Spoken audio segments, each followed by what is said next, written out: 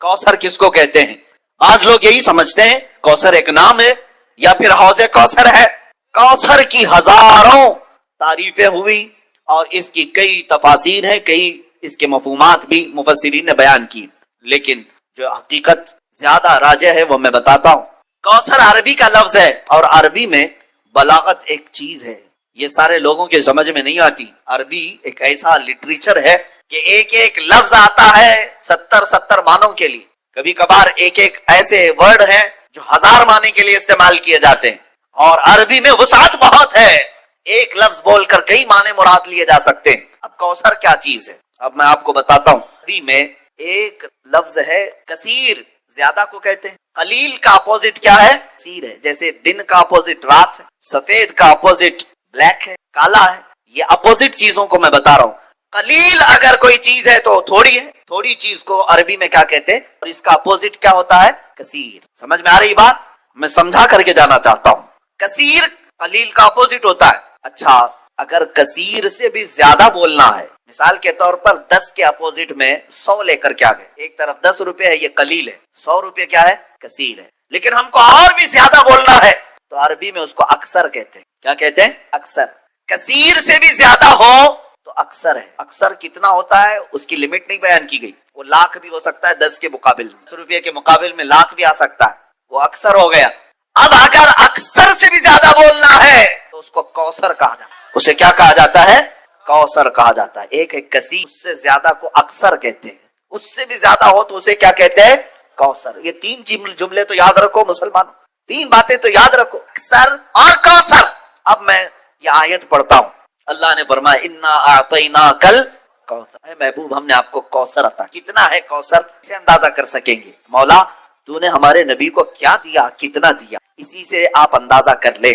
یہ پوری جو کائنات ہے, یہ پوری جو دنیا ہے جس میں ہم اور آپ جی رہے ہیں, یہ پوری روئے زمین, اس پر موجود پورے سمندر, اس پر موجود تمام درخت, اس پر موجود تمام چرند و پرند اور جانور, اس پر موجود تمام جنات, بلکہ فرشتے, ملائکہ, یہ پوری جو دنیا ہے, پوری دنیا, اس میں لاکھوں کروڑوں مخلوقات اللہ کی آباد ہے. کیڑے مکوڑے الگ, چرند و پرند الگ, جانور الگ, بہائم الگ, سمندر کی کروڑوں مچھلیاں الگ, جنات کی بے انتہا تعداد الگ, یاجوج ماجوج کی کثرت الگ, آسمانوں میں رہنے والی مخلوقات الگ, ملائکہ, فرشتے, یہ تمام مخلوقات الگ. ان تمام کائنات کی چیزوں کو اللہ کیا فرماتا ہے؟ قل متاع الدنیا قلیل. اے محبوب آپ فرما دیں یہ پوری دنیا قلیل ہے. کیا ہے؟ پوری دنیا کا سامان قلیل ہے. اس میں کروڑوں انسان بھی آ گئے, ہم بھی قلیل ہیں. پوری روئے زمین آ گئی, یہ بھی قلیل ہے. یہ سارے آسمان آ گئے, یہ بھی قلیل ہے. یہ ساری کائنات کے ہر ذرے اس میں آ گئے, یہ قلیل ہے. اب رب ذوالجلال ارشاد فرماتا ہے یہ پوری کائنات قلیل ہے. کیا ہے؟ قلیل ہے. اور اس کائنات سے اگر کچھ زیادہ ہونا چاہیے تھا تو وہ کثیر ہے, اور کثیر سے بھی زیادہ چاہیے تھا تو اکثر ہے, اور اکثر سے بھی زیادہ چاہیے تھا تو وہ کوثر ہے. اے محبوب ہم نے آپ کو یہ پوری کائنات میں موجود یہ قلیل نہیں دیا, اس سے تھوڑا زیادہ کثیر بھی نہیں دیا, اس سے زیادہ اکثر بھی نہیں دیا. اے محبوب ہم نے تو آپ کو کوثر دیا ہے, ہم نے آپ کو کوثر عطا کیا ہے. عزیزان گرامی وقار, یہ شان مصطفیٰ ہے. رسول پاک صلی اللہ تعالی علیہ وسلم کو اللہ فرما رہا ہم نے کوثر دیا ہے. اسی لیے شاعر نے کہا تھا حسن یوسف دم عیسیٰ ید بیضا داری, آنچ ہما خوباں دارند تو تنہا داری. اے رسول پاک آپ کو اللہ نے حسن یوسف بھی دیا ہے, اور حسن یوسف ید بیضا, حضرت موسیٰ علیہ السلام کا معجزہ ید بیضا بھی آپ کو دیا گیا.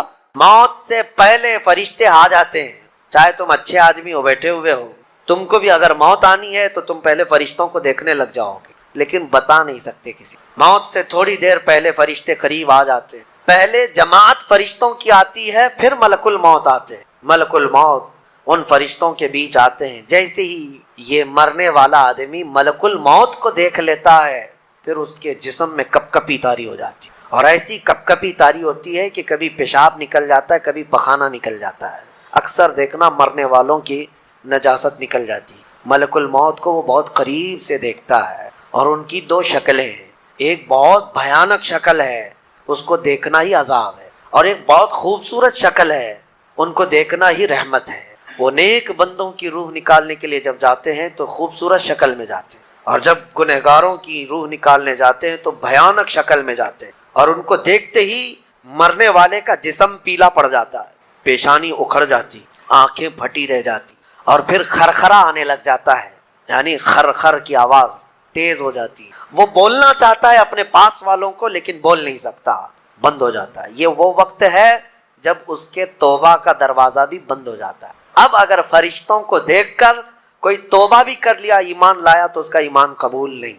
اس وقت سے پہلے تک جو بھی ایمان لایا یا توبہ کیا، اس کی توبہ قبول ہے، لیکن موت کا خرخرا آ گیا اور فرشتوں کو دیکھ لیا، اس کے بعد بہت سارے کافر بھی پکاریں گے کہ ہم ایمان لاتے ہیں اللہ پر، نہیں، اب ایمان قبول نہیں ہوگا۔ موت اتنی آسانی سے نہیں آتی، اس کا پروسیس ہے۔ فرشتے آتے ہیں، ملک الموت آتے ہیں، پھر اس کے بعد اس کو گھور کر دیکھتے ہیں، پھر اس کو چت لٹا دیا جاتا ہے، یا جس حالت میں بھی ہے وہ گر جاتا ہے، کھڑا ہے تو گرتا ہے، بیٹھا ہے تو گرتا ہے، موت آنے سے پہلے لڑک جاتا ہے۔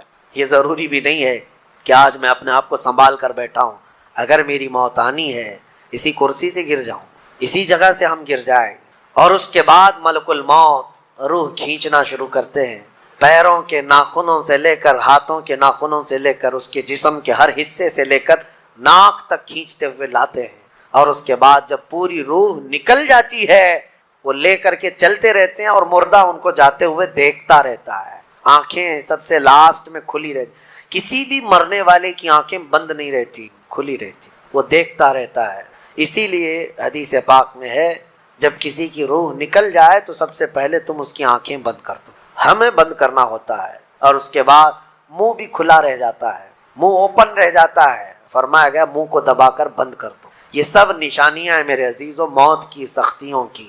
آپ کو پتا ہے جب رسول کریم صلی اللہ تعالی علیہ وسلم کی وفات آئی، اللہ اکبر، نزع کا عالم اتنا سخت تھا کہ بار بار حضور اکرم صلی اللہ علیہ وسلم کو پورے پانی کے مٹکے انڈیل دیے جا رہے تھے، 3 مٹکے حضور پر انڈیل دیے موت سے پہلے، اور حضور اس کے بعد تھوڑا آرام محسوس کرتے اور پھر شدت کا بخار۔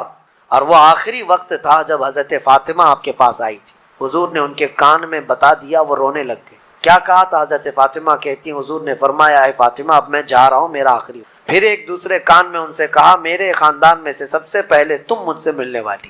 آج یوم فاطمہ بھی ہے، سیدہ کائنات کا آج یوم وصال ہے، 4 رمضان المبارک۔ تو رسول کریم صلی اللہ تعالیٰ علیہ وسلم حضرت عائشہ صدیقہ کے سینے سے سر لگا کر لیٹے ہوئے تھے۔ حضرت عائشہ فرماتی ہیں سنو مجھے پتہ ہی نہیں تھا، حضور حضرت عائشہ سے زیادہ محبت کرتے تھے، اسی لیے آخر وقت میں حضرت عائشہ کے ہی حجرے میں رہنے لگے، باقی دوسری بیویوں کیا نہیں جاتے۔ حضرت عائشہ کہتی میں حضور اکرم صلی اللہ تعالیٰ علیہ وسلم کو کبھی مسواک دے رہی، کبھی پانی کے چھڑکاؤ کر رہی۔ تھوڑی دیر کے بعد حضور اکرم صلی اللہ تعالیٰ علیہ وسلم لیٹے لیٹے اسی طرح رہ گئے۔ حضرت عائشہ کہتی ہے میرے سینے پر حضور کا سر تھا، وہ اتنا بھاری ہو گیا مجھے لگتا تھا کہ میری پسلیاں ٹوٹ جائیں گی۔ یہ حضرت عائشہ کہتی ہے مجھے ایسا لگتا تھا کہ میری پسلیاں ٹوٹ جائیں گی۔ ہوا کیا تھا؟ حضرت عائشہ فرماتی ہیں دروازے پر جبرائیل امین آئے، روح نکلنے سے پہلے کی بات ہے۔ حضرت عائشہ فرماتی ہیں حضور کے پاس جبرائیل آخری بار آئے، وہ غمگین حالت میں آئے یا جس حالت میں ہو۔ حضرت رسول کریم صلی اللہ علیہ وسلم سے عرض کرنے لگے یا رسول اللہ دروازے پر موت کا فرشتہ کھڑا ہے، آپ کی اجازت چاہتا، اگر آپ اجازت دے دیں تو وہ آئے گا اور آپ کی روح پاک کو اللہ کے حضور لے جائے۔ اور یا رسول اللہ آج سے پہلے اس فرشتے نے کسی سے اجازت نہیں لی اور قیامت تک کسی کی روح نکالنے کے لیے وہ اجازت لے گا بھی نہیں، یہ صرف رسول پاک کی خصوصیت۔ حضور نے فرمایا آنے دو۔ ملک الموت آئے اور جب حضور کی اجازت سے روح نکالی تو حضرت عائشہ کہتی ہیں اتنا بھاری ہو گیا تھا سر کہ مجھے لگتا تھا کہ میری پسلیاں ٹوٹ جائیں گی سینے کی۔ اور اس کے بعد حضرت عائشہ فرماتی ہیں میں نے حضور کے سر مبارک کو نیچے کی طرف کیا، مجھے پتہ بھی نہیں تھا کہ حضور کا انتقال ہوا۔ میں حضور اکرم صلی اللہ علیہ وسلم سے باتیں کرنے میں مصروف تھی، اسی میں حضرت ابوبکر صدیق حجرے میں آئے، پوچھا عائشہ کیا حال ہے حضور؟ حضور اکرم صلی اللہ علیہ وسلم کو دیکھا حضرت ابوبکر نے اور پیشانی مبارکہ پر ہاتھ رکھا تو وہ بہت ٹھنڈی تھی، ماتھے کو بوسہ دیا اور ایک آہ بھری اور ایک جملہ کہا تھا، یا رسول اللہ ایک بار موت آنی تھی وہ آپ پر آ گئی، اب موت کی سختی اللہ دوبارہ کبھی آپ کو نہیں عطا کرے۔ موت کی سختی کیونکہ حضور کو انہوں نے دیکھا تھا، کئی دنوں سے تکلیف تھی، 13 دن تک حضور پاک صلی اللہ علیہ وسلم کو تکلیف تھی، 13 دن تک۔ حضرت ابوبکر کہتے ہیں یا رسول اللہ اب موت کی سختی دوبارہ کبھی نہیں آئے گی، جو اللہ کا وعدہ تھا وہ پورا ہو گیا۔ پورا کھل کر کے رو بھی نہیں پا رہے تھے ابوبکر صدیق، اور اپنے اندر دبا بھی نہیں پا رہے تھے۔ موت کی سختی انہوں نے دیکھا اور اس کے بعد کہا اے عائشہ کیا دیکھ رہی ہو، اللہ کے رسول ہم سے رخصت ہو چکے۔ پھر انہوں نے آ کر مسجد میں اعلان کیا اے لوگو اللہ کے نبی کا انتقال ہو چکا۔ اب مجھے یہاں یہ بتانا ہے اگر موت سے کوئی بچ سکتا تھا تو سب سے پہلا نمبر تو رسول اللہ کا ہونا چاہیے، کیونکہ اللہ کے سب سے محبوب نبی وہی ہے۔ جب رسول پاک صلی اللہ تعالیٰ علیہ وسلم کو بھی موت آئی تو میاں ہمارا اور تمہارا شمار نہیں، چاہے 100 سال زندگی مل جائے لیکن مرنا ضرور۔ بہرحال یہ باتیں بڑی طویل ہو جائیں گی، موت کا تذکرہ اس لیے بھی میں زیادہ کرتا ہوں کہ حدیث پاک میں ہے مومنوں کو یہ تذکرہ کرو تاکہ ان کو گناہوں سے نفرت پیدا ہو جائے اور آخرت کے سفر کی تیاری وہ شروع کریں۔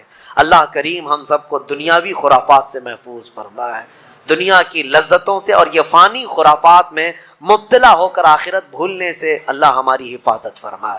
مولا کریم جب ہماری موت آنے کو ہو تو ہماری زبانوں پر کلمہ طیبہ جاری فرما دے۔ رب ذوالجلال موت سے پہلے تیرے حبیب پاک کے چہرے کی زیارت نصیب فرما۔ اے کریم خدا کیا ہی بہتر ہوتا، میں گنہگار ہوں اور بڑے مرتبوں کی خواہش، تو کریم ہے خدایا تیری بندہ پروری ہے، کیا ہی بہتر ہوتا مولا کہ موت آئے تو رمضان کا مہینہ مل جائے، جمعۃ المبارکہ مل جائے، مولا تیرے وعدے کے مطابق ہم قبر کے عذابات اور سوالات سے محفوظ ہو جائیں۔ اے اللہ آج کی اس تفسیر پاک میں تیری جلال و جبروت اور تیری عزت کا وسیلہ لیتے عرض کرتا ہوں ہم میں سے جو رخصت ہو چکے ہیں، ہمارے آبا و اجداد، ہمارے باپ، ہماری مائیں، ہمارے رشتہ دار جو قبروں میں برسوں سے اب آرام کر رہے ہیں، اے اللہ تو اس رمضان کے صدقے ان کی مغفرت فرما دے۔ اے کریم خدا ہمارے گھروں میں عید آ جاتی ہے، رمضان کے آتے ہی دسترخوان بھر جاتے ہیں، ہمارے گھروں میں خوشیاں دوبالا ہو جاتی ہیں، ہمیں نہیں معلوم قبروں والوں کے ساتھ کیا ہوتا ہے، ہمیں پتہ نہیں قبرستان میں ان کے ساتھ کس طرح کی راتیں ہیں اور کس طرح کے دن ہیں۔ اے کریم خدا تجھے تیرے جلال و جبروت اور تیری عزت کی قسم جو مومنین ہم سے رخصت ہوئے ہمارا کسی بھی طرح کا ان سے تعلق رہا ہو، مولا اس عید سے پہلے ان کو جنتی خان نعمت عطا فرما دے۔ اے اللہ ان سب کو بھی رمضان کی بہاریں عطا فرما۔ تم جہاں کہیں پر بھی جاؤ موت تمہیں آ کر پکڑے گی۔ بروج مشیدہ کا مطلب ہوتا ہے بہت ہی پکے محل میں بھی اگر تم بیٹھ جاؤ، بہت مضبوط محل میں تم بیٹھ جاؤ، موت آنا ہے وہاں پر بھی آئے گی۔ ہم نے دیکھا ہے بڑے بڑے محلات میں رہنے والے بھی اور جنہوں نے آسمان چھوتی ہوئی عمارتیں بنائی وہ بھی موت کے ہتھے چڑھی گئے۔ موت تو آنا ہے۔ آج ہمارا حال یہ ہوتا ہے کہ دنیا میں اس قدر مصروف ہو جاتے ہیں کہ موت کو بھول جاتے ہیں۔ تمہیں پتہ بھی ہے کہ اچانک آنے والی یہ موت بالکل مہلت نہیں دیتی، بالکل مہلت نہیں دیتی۔ آپ اگر آس پاس میں اپنی نظریں ڈالیں تو آپ کے دوستوں میں کئی جا چکے ہوں گے، جن کی عمر زیادہ نہیں تھی وہ جا چکی۔ موت کے لیے عمر کوئی متعین نہیں ہے کہ بڑھاپے میں آئے گی یا بیماری سے آئے گی، اچھے لوگوں کو بھی موت آ جاتی ہے، چلتے پھرتے لوگوں کا جنازہ آ جاتا ہے، کسی کے لیے بھی کوئی وقت معین نہیں۔ اور قرآن میں اللہ تعالیٰ یہ فرماتا ہے اگر بندہ موت سے بھاگنے کے لیے، جس کو کہتے ہیں پریکاشن لینا، کہیں جا کر کے محفوظ مقام پر چھپنے کی کوشش کرتا ہے، وہ آئے گی موت۔ بزرگوں نے ایک حکایت لکھی ہے کہ ایک بادشاہ کو نجومیوں نے بتایا تھا کہ فلاں دن تمہاری موت آنے والی ہے۔ نجومی ستاروں کا علم جاننے والے اٹکل پچھو سے کچھ نہ کچھ تو بتا دیتے۔ تو اس بادشاہ کو نجومیوں نے جب دن بتایا، اس دن اس نے کیا کیا، ایک ایسا حجرہ، ایک کمرہ بنایا جس میں کوئی چیز آئی نہیں، کوئی چیز نہیں، صرف اس نے ایک سوراخ رکھا ہوا کے لیے، اور اس میں سے مچھر بھی نہ آ سکے، مکھی بھی نہ آ سکے۔ اس حجرے کے اندر وہ چلا گیا، وہ پورا دن اس کو تھا کہ میں موت کو چکما دے دوں، اور نجومیوں نے یہ بتایا تھا کہ بچھو کے ڈنک مارنے سے تمہاری موت آئے گی۔ اس نے کہا بس مجھے بچھو سے بچنا ہے، بچھو نہ آنے پائے ایسا میں پورا انتظام کر لوں گا۔ اس نے پورا ایک راؤنڈ شیپ کا کمرہ بنایا اور اس میں اندر بند ہو گیا، لیکن اس کی ایک کمزوری یہ تھی کہ اس کا گھوڑا تھا، بہت بے حد اس کو عزیز تھا۔ وہ گھوڑے کو چھوڑ کر کبھی رہتا نہیں. اس نے کہا مجھے اور میرے گھوڑے کو بند کر دو, آج موت کا دن ہے, اگر آج کے دن میں نے موت کو چکما دے دیا تو پھر ہمیشہ کی زندگی ہے, ٹائم اگر ٹل گیا تو پھر موت نہیں آئے گی. تو وہ اس نیت سے گھر کے وہ روم کے اندر بند ہو گیا اور لوگوں سے کہا کہ کوئی مجھے نہ دروازہ کھولے اور نہ کسی کے لیے دروازہ کھولے, پورا دن گزرنے دو. دن گزرتا رہا, شام کا وقت قریب آیا, اس کے ساتھ تھا اس کا گھوڑا اور وہ کوئی نہیں. اتفاق دیکھیں, اللہ رب العزت کی طرف سے جو سبب بننا ہے وہ بنے گا. اس کے گھوڑے کو بہت تیز چھینک آئی اور اس کی چھینک سے اس کے ناک سے بچھو نکلا اور اس بادشاہ کو ڈنک مارا اور وہیں اس کی موت ہو گئی. اینما تکونوا یدرککم الموت, اللہ نے فرمایا تم جہاں کہیں رہو موت آ کر پکڑ لے. ہمارے علاقے میں ایک ڈاکٹر تھے, وہ کارڈیالوجی تھے, ہارٹ کے اسپیشلسٹ تھے, اور ان کے ہاتھ میں بہت سارے ڈاکٹرز پریکٹس کر کر کے بڑے ماہر بنے, ہارٹ کے اسپیشل ڈاکٹر. اور یہ اخبار میں بھی بات آئی تھی. اس ڈاکٹر کا حال یہ تھا کہ برسوں آپریشن اور سرجری کر کے لوگوں کے ہارٹ صحیح کیے یا بائی پاس کیے, لیکن اتفاق ایسا کہ ایک دن وہ لیب میں اندر ہاسپٹل کے لیبارٹری میں کام کر رہا ہے ڈاکٹر, اور اس کے ساتھ 4 اسسٹنٹ ڈاکٹر بھی اور نرسز بھی ہیں, سارے کہاں پر, لیب کے اندر, ساری مشینیں بھی موجود ہیں. اس ڈاکٹر کو وہیں پر ہارٹ اٹیک آیا, جو ہارٹ کا خود اسپیشلسٹ ہے, اور دوسرے ڈاکٹرز وہاں پر موجود بھی ہیں. انہوں نے اٹھایا, اسٹریچر پر ڈالا, آئی سی یو میں ہی تھے, لیب کے اندر موجود تھے, لیکن وہ چند منٹوں کے اندر ڈاکٹر کی موت ہو گئی. نہ کوئی ڈاکٹر بچا سکا, نہ اس کو دوا دی جا سکی. سب سے ماہر ہارٹ کا ڈاکٹر ہاسپٹل کے اندر, جو سب سے محفوظ جگہ ہو سکتی ہے بیماروں کے. میاں ہمارے گھر میں کسی کو اٹیک آئے تو دوڑ کر کہاں لے جائیں گے؟ ہاسپٹل. اور جو خود کس کے پاس لے جائیں گے؟ ڈاکٹر کے پاس. جو خود ڈاکٹر ہے اور خود ہاسپٹل میں بیٹھا ہوا ہے, اس کو ہی اگر آ جائے, اور قریب میں ڈاکٹرز بھی موجود ہیں لیکن بچا نہ سکے, یہ رب ذوالجلال کا فرمان. جب وعدہ مکمل ہو جائے تو پھر کوئی طاقت تمہیں موت سے روک نہیں. آپ کو پتہ ہے ایک بہت بڑا شخص ہے دنیا کا جو کئی حکومتیں بدل دیا کرتا تھا, جس کا نام غالباً لیکن ہے, سیمسنگ کمپنی کا, جس سے کوئی تعلق ہوگا آپ سرچ کریں تو پتہ چلے. کوریا کا رہنے والا, اور اس کی وجہ سے حکومتیں بدل دی جاتی تھیں. اس قدر مالدار آدمی, اس کی مرضی کے بغیر تو کوئی حکومت نہیں قائم ہوتی. اتفاق ایسا ہے, غالباً 2012 یا 11 کے آس پاس کی بات ہے جہاں تک میرے علم میں چیز آئی. ایسی ایک بیماری میں مبتلا ہو گیا کہ کوما میں چلا گیا, اور اس کا بیٹا تھا ارب پتی, نہیں بلکہ اس سے بھی زیادہ, کئی ہزار کروڑ کا مالک. پوری دنیا بھر کے ڈاکٹرز کو بلایا گیا اس کو بستر سے اٹھانے کے لیے, لیکن کوئی ڈاکٹر نہیں اٹھا سکا. کروڑوں کی فیس لی ڈاکٹرز نے, ہر طرح کا علاج کیا. 4 سال تک وہ بستر پر لگا رہا, اس پر نہ جانے کتنی دولت خرچ ہوئی. اخیر میں ڈاکٹروں نے کہا, اربوں روپیے اس کے بستر سے اٹھانے کے لیے جنہوں نے خرچ کیا تھا, بیٹے نے خرچ کیا تھا, ڈاکٹروں نے اخیر میں ہاتھ اٹھا کر کہا اب تیرے باپ کو کوئی نہیں کھڑا کر سکتا, اس کی موت آ چکی, موت ہو گئی. میں یہ کہنا چاہتا ہوں, اللہ نے فرمایا تم مضبوط سے مضبوط محل کے اندر کیوں نہ ہو, موت آئے گی. مجھے بتاؤ, جس کے پاس دنیا کا اتنا مال پڑا ہوا ہو, وہ کیوں نہیں خرید سکا کوئی ایسی دوا جو اس کو بستر سے کھڑا کر سکے؟ یاد رکھیں میرے عزیزو, دنیا کی ساری چیزیں اسی کی طرح دھری کی دھری رہ جائیں گی. جس وقت ہمارا بلاوا آ جائے, تم قریب میں لوگوں کو دیکھتے رہ جاؤ گے اور آنکھیں تمہاری کھلی رہ جائیں گی. اسی لیے میرے آقا صلی اللہ علیہ وسلم خود فرماتے ہیں, میں ایک سجدے میں جاتا ہوں تو مجھے اس بات کا یقین نہیں ہوتا کہ دوسرے سجدے تک میں زندہ رہوں گا. یہ سید الانبیاء فرما رہے ہیں, رسول رحمت فرما رہے ہیں. اور جس طرح سے آج ہم اپنی موت کو بھول بیٹھے ہیں, گناہوں کی کثرت ہو جاتی ہے, نفس غالب آ جاتا ہے, عیاشیاں شروع ہو جاتی ہیں. موت کا خوف ایسا ہے کہ خود میرے آقا نے فرمایا, سب سے بہترین نصیحت کرنے والا تمہاری زندگی میں اگر کوئی ہے تو موت ہے.